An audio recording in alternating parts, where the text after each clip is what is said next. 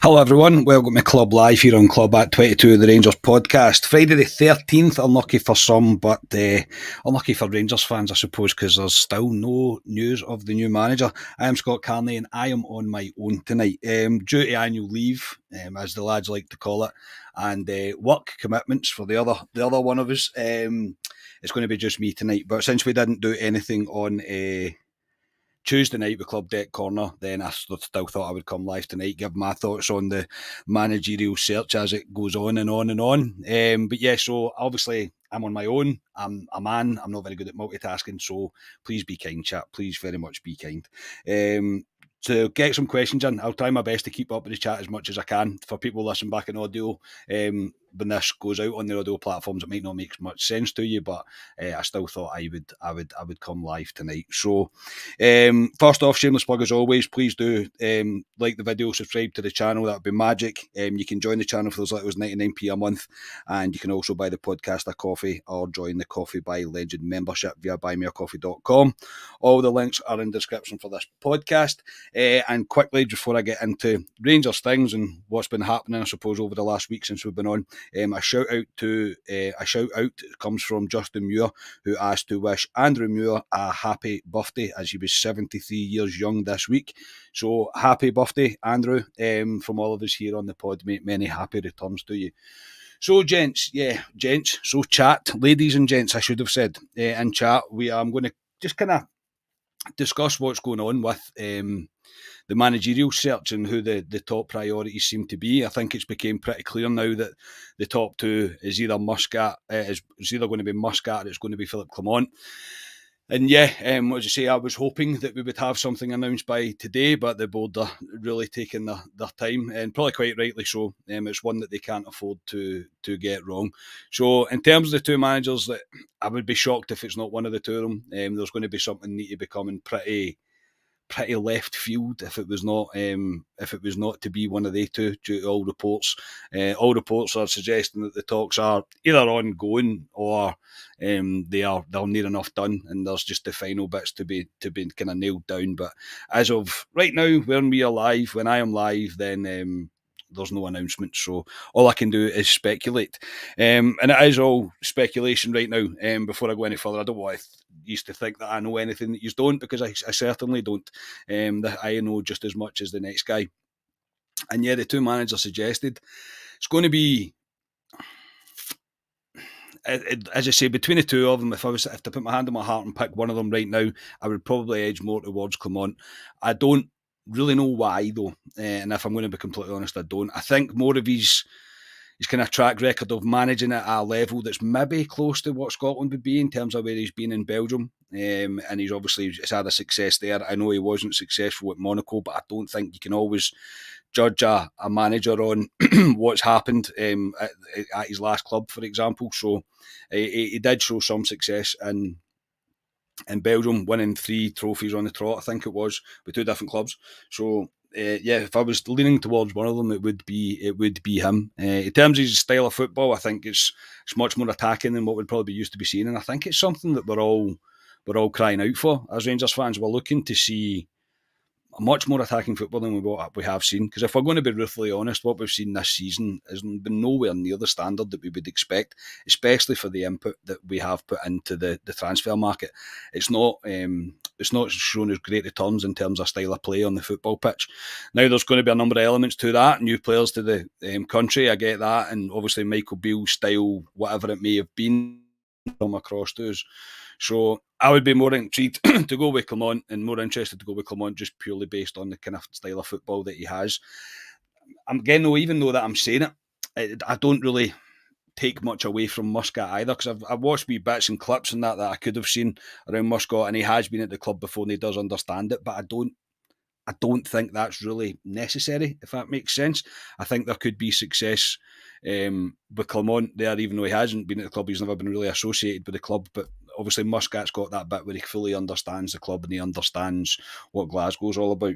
But Muscat's, for whatever reason, I don't know if it's the level that he's been at, and again, that's probably been slightly naive and kind of tunnel vision, because you have to think what Postecoglou done when he came. As much as I hate to say it, when he came to Glasgow, the success that he had, and he's pretty much the same mould of that. But it does reeks a wee bit of me of us copying what they did, and that's me being petty about it, being absolutely petty about it. But yeah, between the two, if it's not one or the other, but yeah, say Clement for me is the one that I would probably put my decision on if it was to be me. And it does look like it's going to be him, or Muscat. So it'll be intriguing to see as we go on. It'd have been nice to have it done by now, I'm not going to lie. The quicker he's in, the better, as far as I'm concerned, whoever that manager may be. But we do need to be patient, I suppose. And I suppose, do you want to announce a manager on Friday the 13th? I'm not really a superstitious kind of guy, but it's probably not for the best, considering the track record that we've have under managers. But yeah, Friday the 13th on sale, lucky for some, but it doesn't really mean much to me. So hello chat, hello everybody, good to see you all. I have never done a live pod myself before, so there is the usual people about, so it's nice to see you all. If you do have any questions, then please do get them in, and I'll try my best to answer them. Galen Pioneer said, am I going solo tonight? I am. Scotia might make an appearance, I don't know. It all depends what time Scotia gets away for his work at, so Scotia might just randomly appear at one point, but I'm not sure if he will or he won't. But in terms of what I think we've spoke about what we think that's actually Scotia messaging me, believe it or not. I forgot to put my phone on silent. Schoolboy error. In terms of what I think the new manager's going to need to do, I think a lot of people are along the same opinion, pretty much all Rangers fans.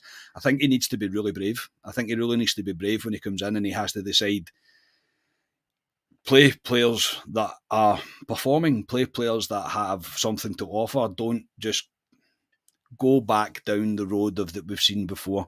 And that's me without trying to be all harping on about the old guard and all the kind of criticism that they've quite rightly come in for. Let's not lie. I know obviously we got a good result last time out, but there were still performance levels that were nowhere near it, if we're going to be completely honest.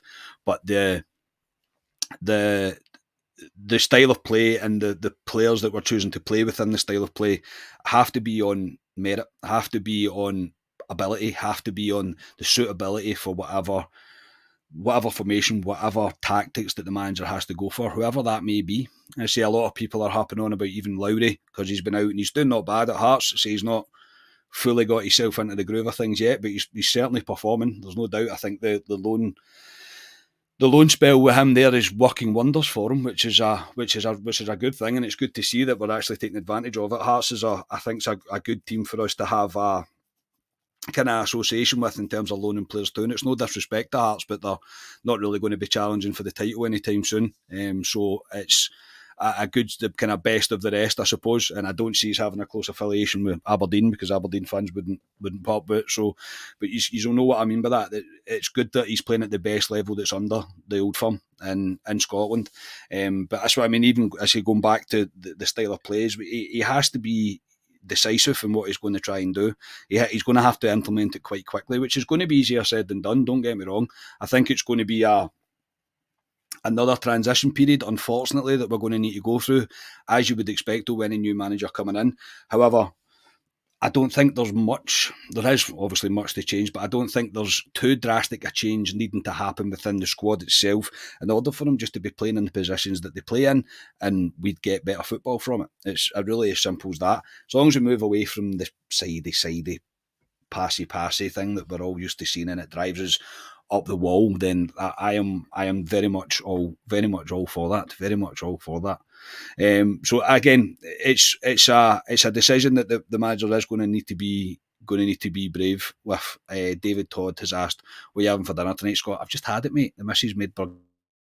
Absolutely lovely. So yeah, yes, that was. Again, I'm open to all sorts of questions. Peter Lawrence, Scott, who would you move on in January if new manager decides to? I was going to say I'll give everybody a clean slate, but that's an absolute lie. I won't do that at all. Look, I think we all know the obvious one for me right now is Dessers, because I don't understand him as a football player, and I feel like he has become the whipping boy, but quite rightly so as well. At the same time, I don't understand him. He's never shown me anything that I can really get excited about in terms of being a striker for Rangers. That would be one that Rangers are. I would imagine Rangers will lose money on, but I think it's one that kind of needs to happen. He's had his chance now. Don't get me wrong; you could see even against the in the St. game, he's short of confidence, absolutely short of confidence. Players are not silly; they're human. They'll know the rumours. They'll know the things that people are saying on social media. They won't hide away from it. It's the world that we live in. Everybody's on social media, so he will have seen the criticism that's come his way. But he is one of the signings that Beale made that I genuinely can't get my head around at all. I don't see anything in it at all. I just don't see anything in him. It's a very very strange very strange signing to make, because whether Beale thought he was going to be able to get a tune out of him, but no, he's nowhere. Absolutely nowhere near the standard that we would expect from a Rangers striker. With the money that was reportedly spent on him as well, you would be expecting a lot more than what we have seen. Lammers is the other one that people will fling into that equation, I think, in terms of who we should move on. For some reason, I still think there's something in there with Lammers. Call me mental, I don't know, but I think we've seen glimpses of it in pre-season, and for whatever reason, it's just fell away. It's just absolutely disappeared, and it's a guy that's trying too hard. It's a guy that's um, not not believing that he can. He looks like he's making an impact on a game, but he doesn't.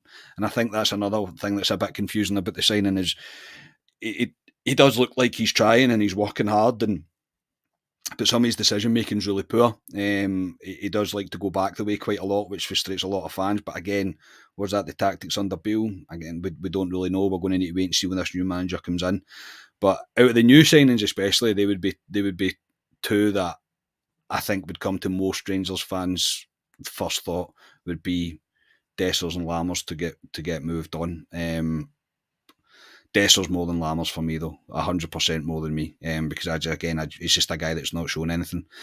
Look, but I would say hopefully when we come back as well, we've not yet had an update as well from anyone really at the club regarding injuries and who's going to be back. But we've got to remember there is players still to come back. It's not just who we have signed. There is players there to get involved in, to get involved again even. So it will be interesting to see who we're going to have fit for the first game back against Hibs. Let me see. Is there any more questions? One. If I've scrolled past it, I do apologise. I'm just very cautious of. Leaving dead air. Nathan said, "You hiring, mate? Where's the rest of the team?" It's just the way things have happened this week, mate. Unfortunately, we've got two away on holiday just now, and Scotia's pedalling quickly. I'm sure he's driving, but he's pedalling quickly to try and get back. So he might make appearance. I say I'll probably not be on for the full hour. You obviously understand who wants to listen to my dulcet tones for a full hour. But yes, who's the worst player we've signed in years and why is it Dessers? Can't really disagree with that. I mean, he makes Sebo look good. He really does. He does make Sebo look very, very good.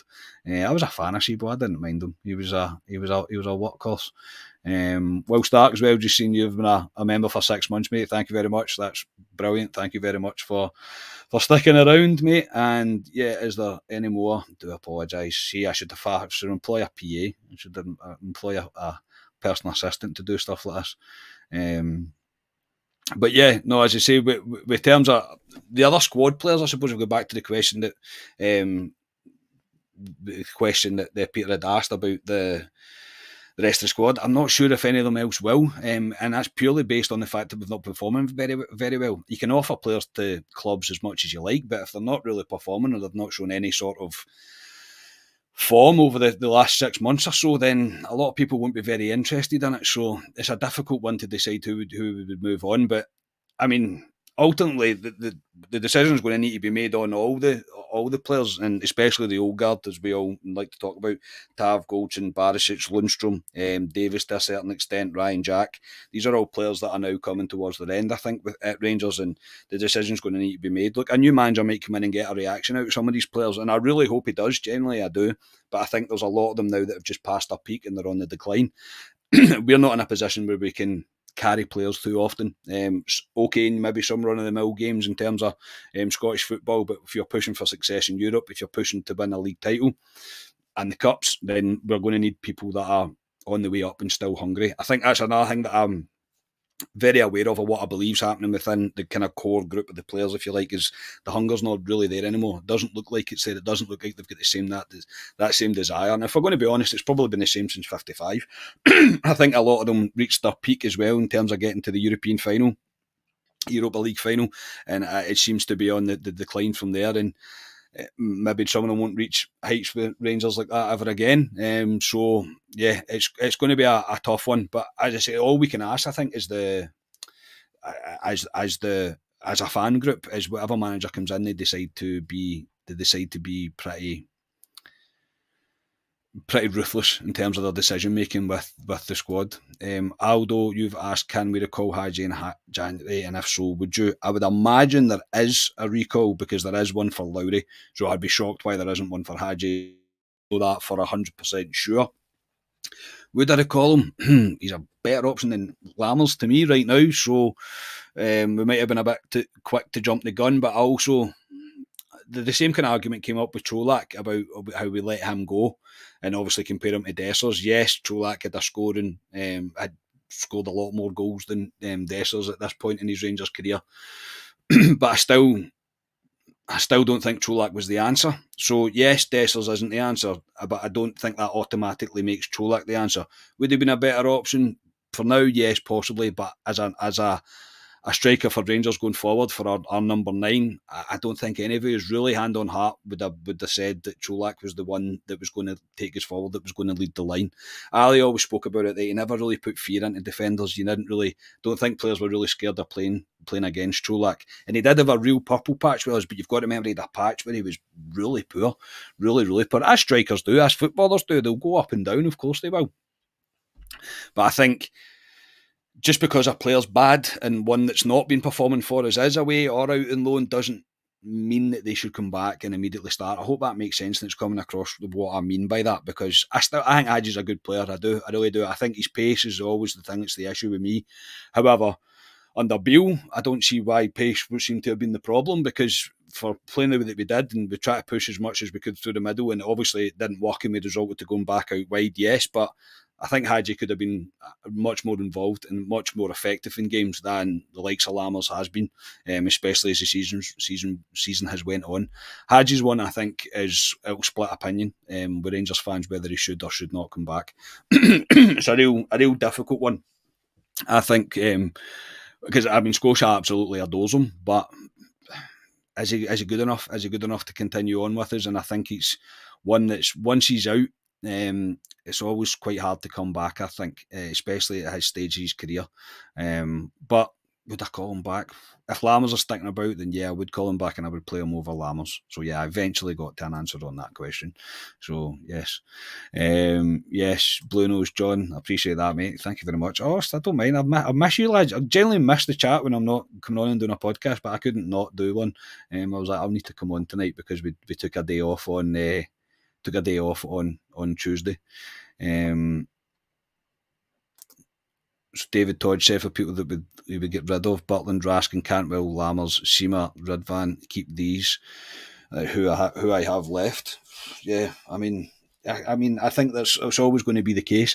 I think there's going to be a lot of clamour for everybody to get moved on, but ultimately when the manager comes in, he has to work with what he's got right now. He can't really change too much. Okay, he can move into using youth players, which I would not be against seeing either. I think we've already seen with Lovelace, I know who's now unfortunately, even McCausland coming in, they don't look out of place. They look like they could definitely do a job for us. So I wouldn't be too against that. I wouldn't be too against a refresh in that way.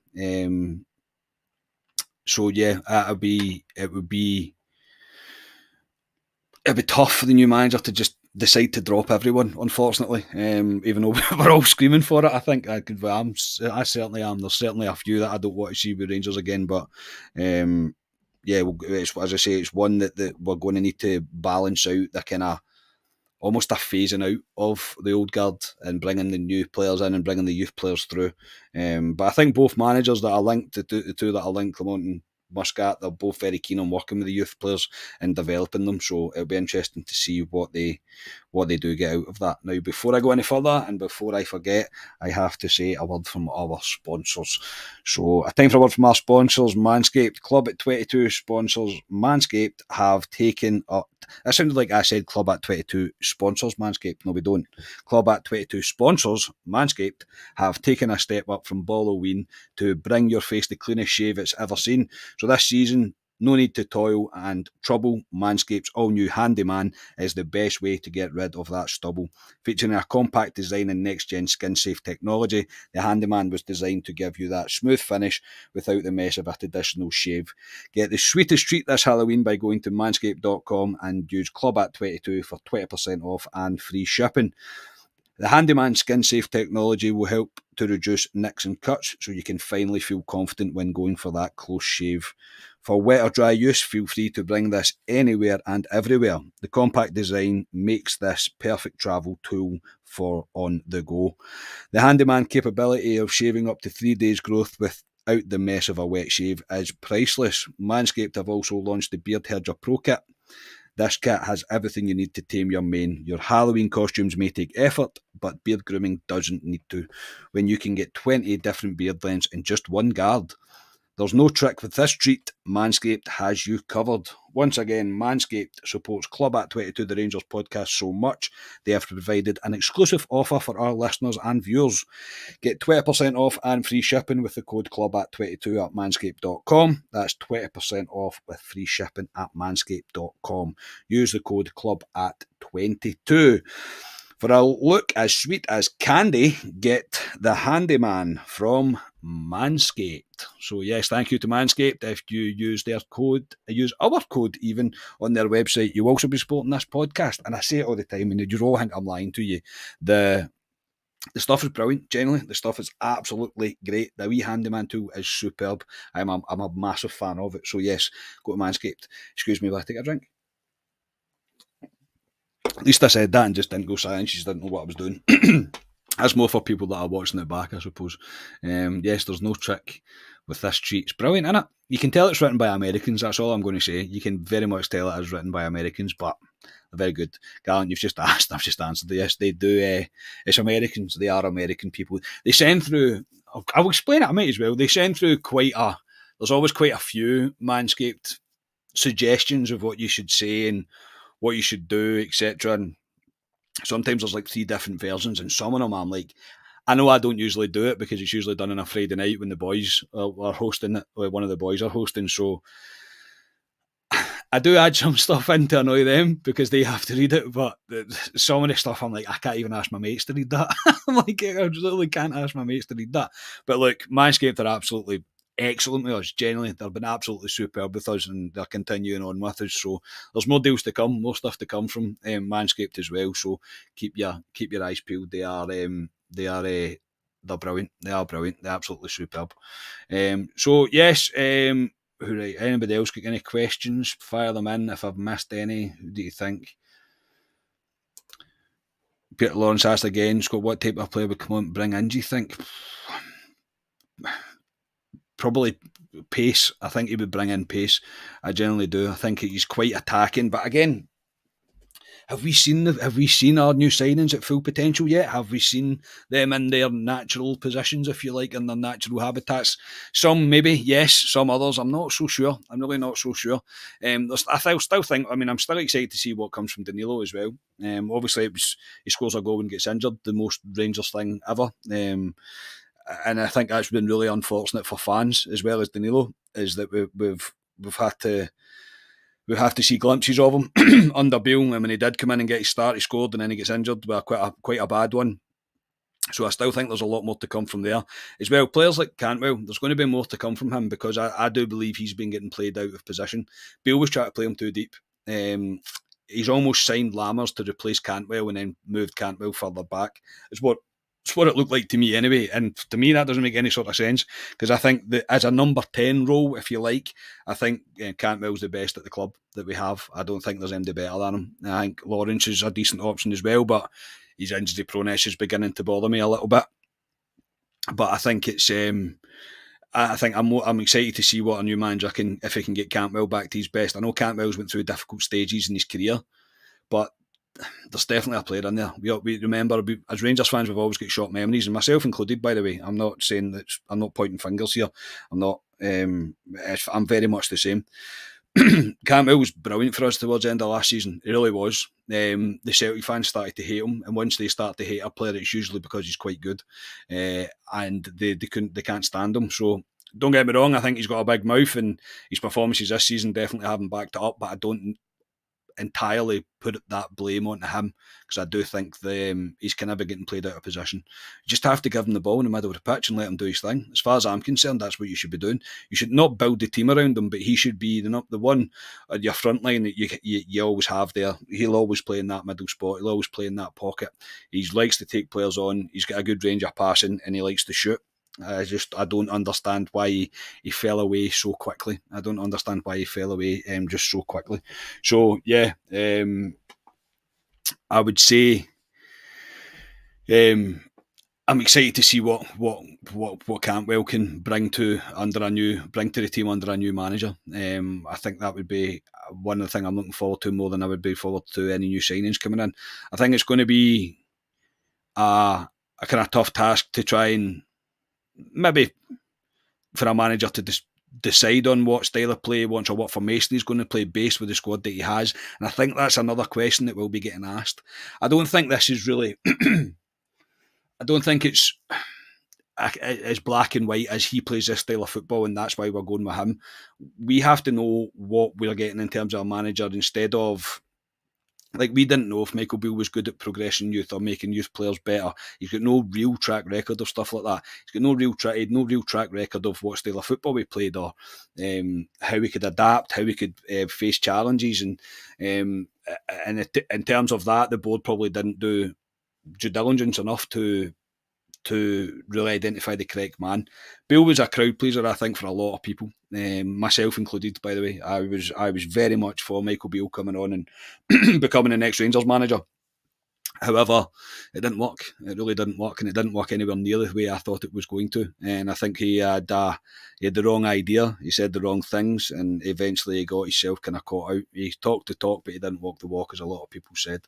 So, Corey Muncher has asked, so what's the expectations for the club now Beale is away? Is it just the 2 cups now, or is the league still a must at this stage? The league's always a must. Without me saying that, you all know that. I don't need to reiterate that anymore. The league is always a priority for me.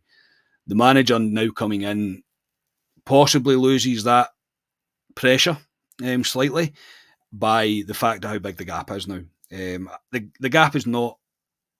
It's not impossible. It isn't impossible. I think if we'd have dropped points on Sunday against St Mirren, I think I would have been singing a very different tune there. But I don't think it's impossible.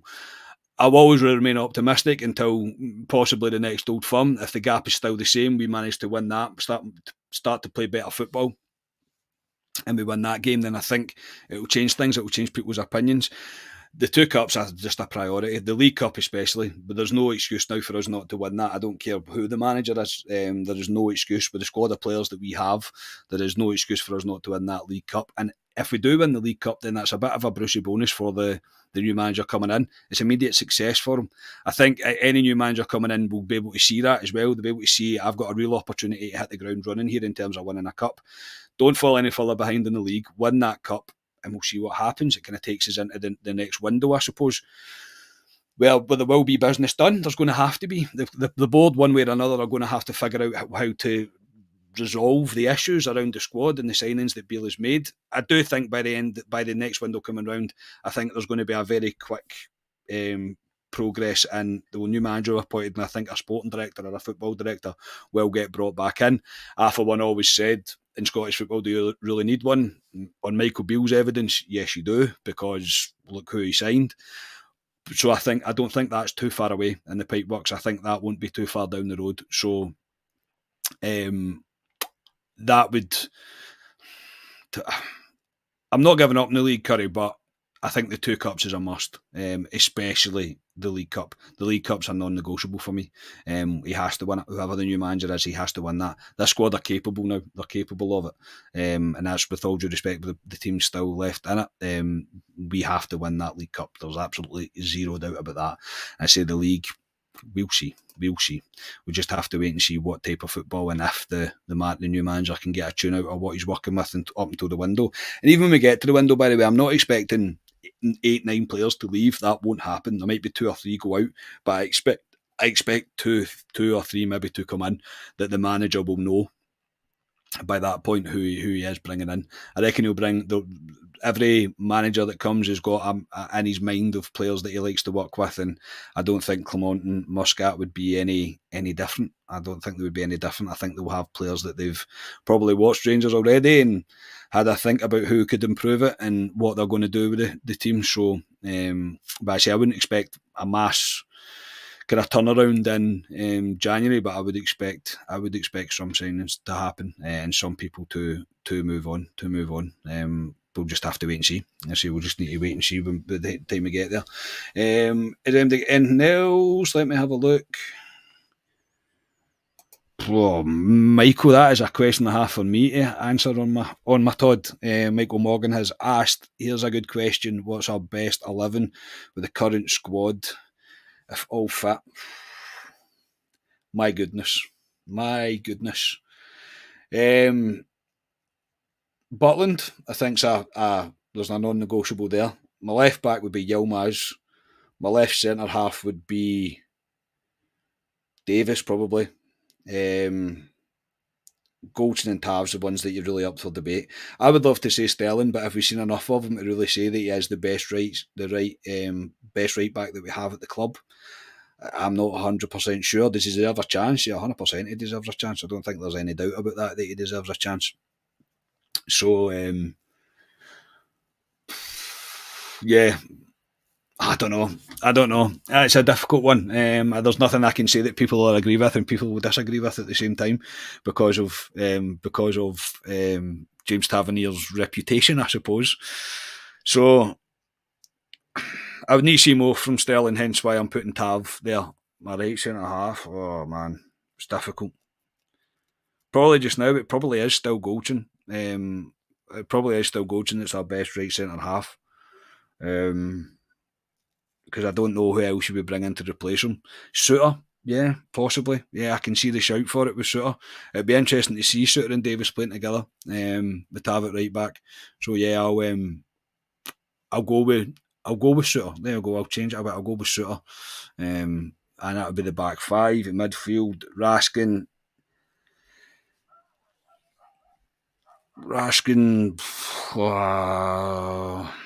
Cantwell, Lawrence possibly. Striker probably Danilo. Rabbi Matondo. I can't believe I'm saying that, but that shows you how much faith. Well, no, because Seema's done well.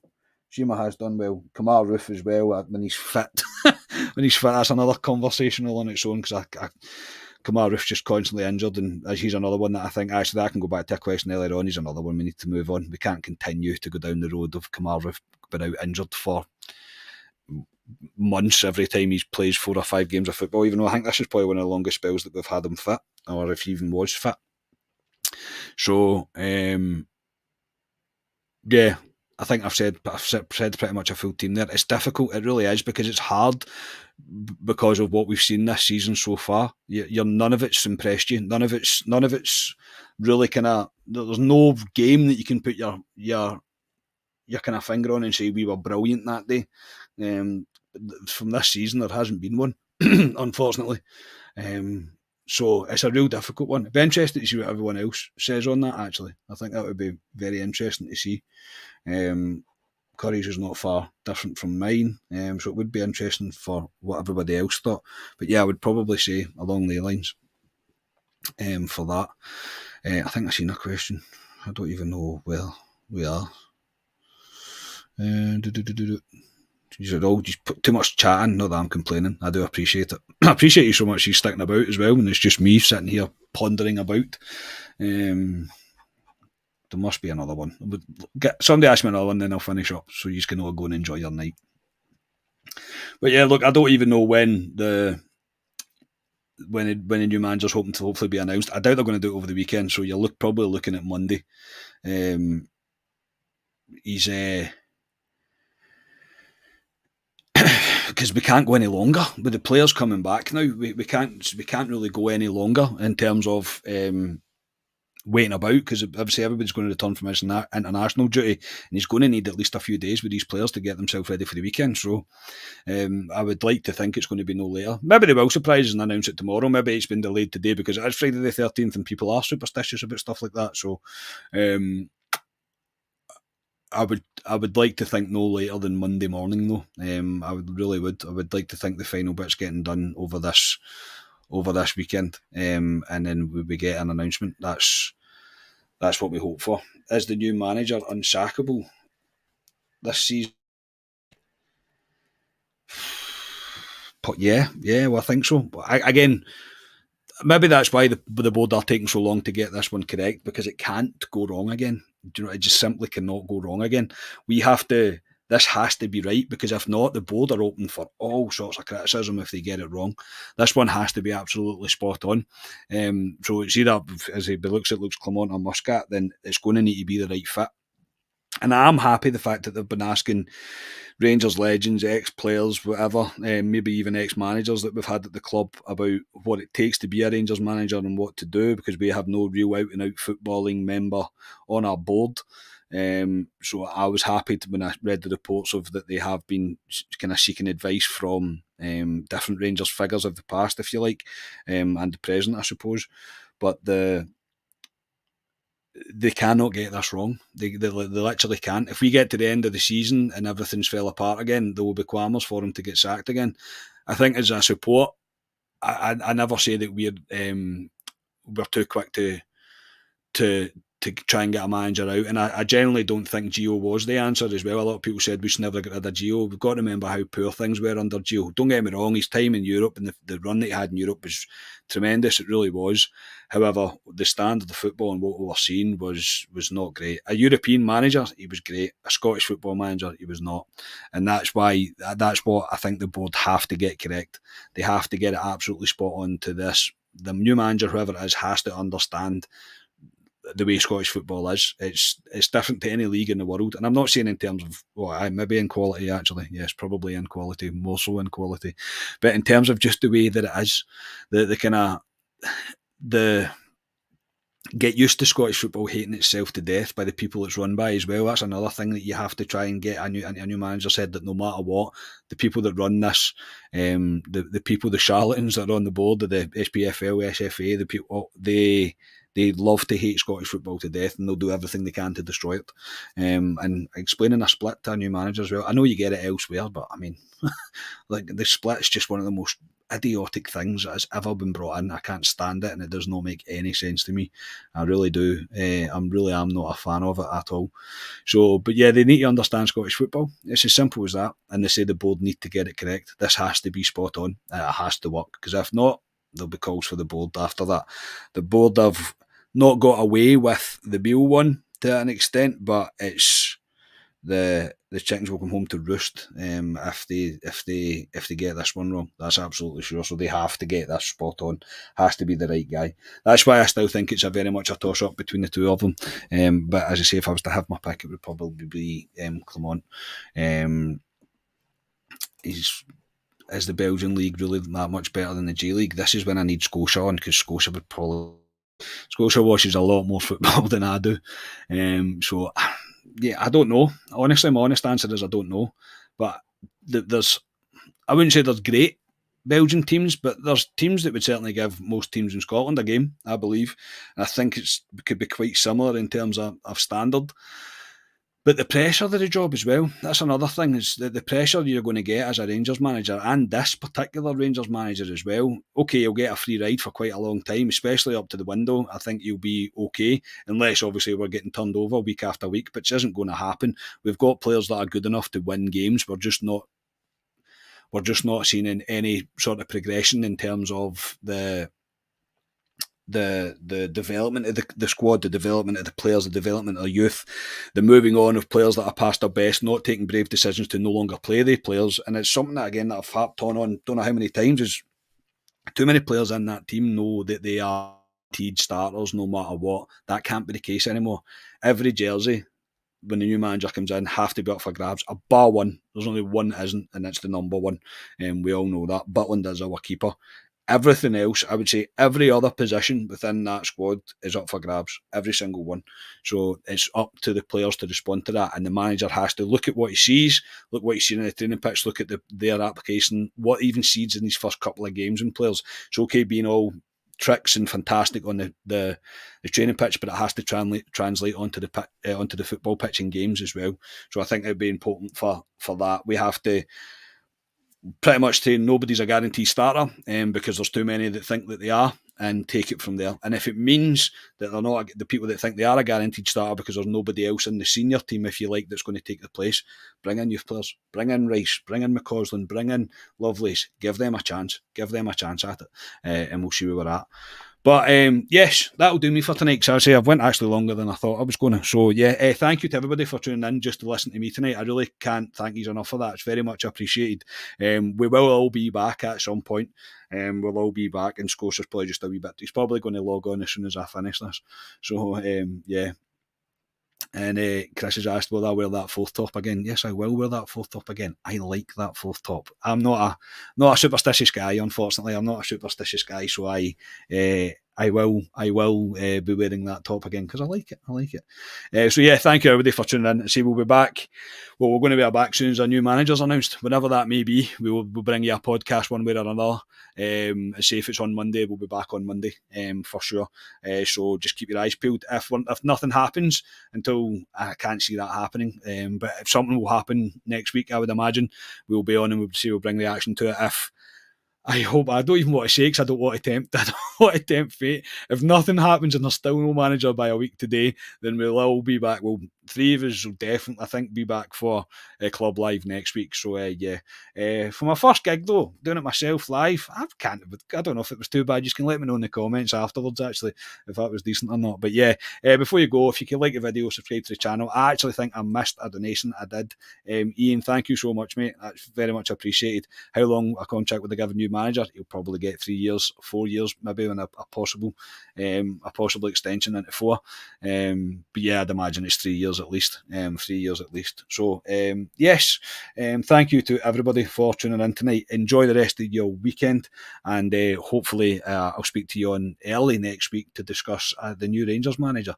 So yes, we are Club at 22 the Rangers podcast. I was Club at 22 the Rangers podcast tonight, and yes, thank you for tuning in. Speak to you all next time. Cheers everyone.